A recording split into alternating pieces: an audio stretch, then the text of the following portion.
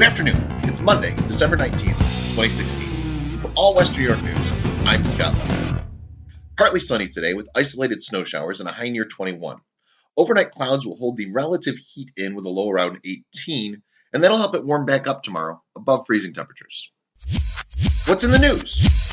New York's junior U.S. Senator Kirsten Gillibrand joined a growing chorus of senators on Sunday in demanding an investigation into claims that Russia influenced the presidential election. Senior New York Senator Chuck Schumer and Arizona Senator John McCain have been calling for a special bipartisan select committee to investigate Russia's role in hacking emails related to the Democratic National Committee. Speaking of politics, the Electoral College meets today in its respective state capitals and is expected to officially elect Donald Trump to the office of the presidency, despite attempts from some to prevent it. In fact, it may be a done deal by the time you hear this. Electors are often thought to be nameless, faceless people, but that's not really the case. New York's electors include some familiar names, including Bill Clinton, Andrew Cuomo, Kathy Hochul, Thomas DiNapoli, Eric Schneiderman, Byron Brown, and Lovely Warren. The New York Power Authority Board of Trustees has awarded $490,000 in funding to two Buffalo firms that are part of the state technology boom, sparking the economic renaissance in the state's second largest city. Among the recipients is Campus Labs, which is getting $400,000, and Post Process getting $90,000.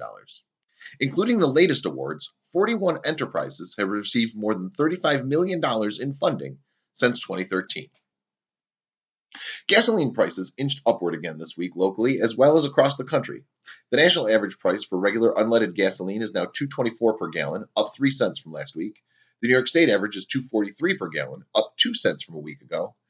And in Western New York, Buffalo's gas is $2.38, up 2 cents, and Rochester's gas is $2.37, up a penny.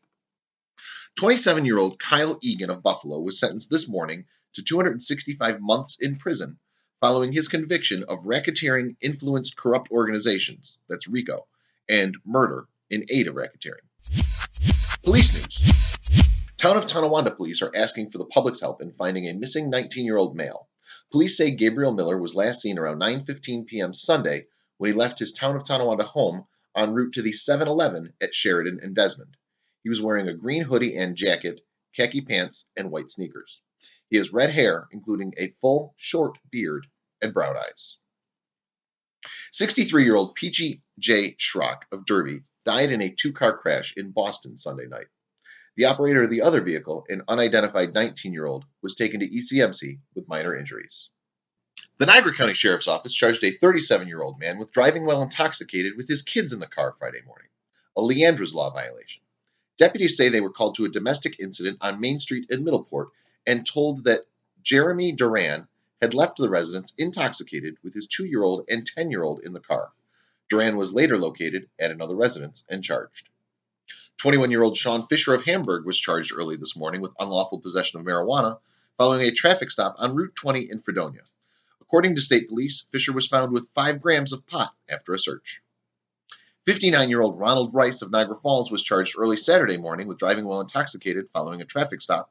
Police say Rice was stopped after the vehicle he was operating was seen weaving and crossing onto the shoulder of the I-190 in the town of Niagara. Troopers determined him to be intoxicated and charged him, later finding he had a blood alcohol content of 0.13%. Sports. The Buffalo Bills improved their season records to 7-7 on Sunday in Orchard Park while keeping the Cleveland Browns winless. Buffalo topped Cleveland 33-13. LaShawn McCoy went over 1,000 yards on the season, and the Bills set a new team record for rushing touchdowns in a season. Also, Tyrod Taylor passed Jim Kelly for rushing yards by a quarterback. Next week, the Bills will host Miami at 1 p.m. Christmas Eve.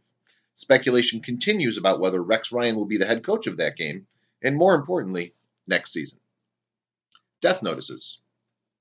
Kathy A. Fleck Olander died Saturday at age 64. Anna Bolia Grigori died Friday at age 87. And Willie C. Peterson died Saturday at age 83.